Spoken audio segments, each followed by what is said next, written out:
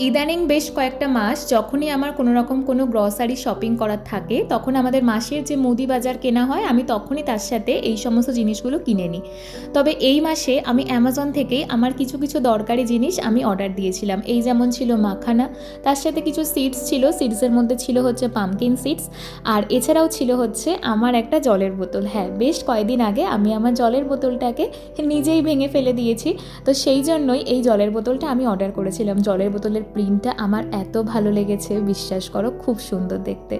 আর তার সাথে ছিল এই কাপ হোল্ডারটাও। হ্যাঁ, এখন আমার নিজেকে সুন্দর করার পাশাপাশি, নিজের বেডরুম সুন্দর করার পাশাপাশি নিজের রান্নাঘরটাও সুন্দর করে সাজাতে বড্ড ইচ্ছা করে।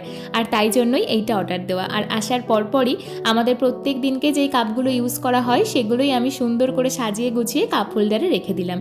জিনিসগুলো কেমন হয়েছে অবশ্যই জানিও। আজকের শর্টস আপাতত এইটুকুই। সবাই ভালো থেকো, সুস্থ থেকো, দেখা হবে নেক্সট ভিডিওতে।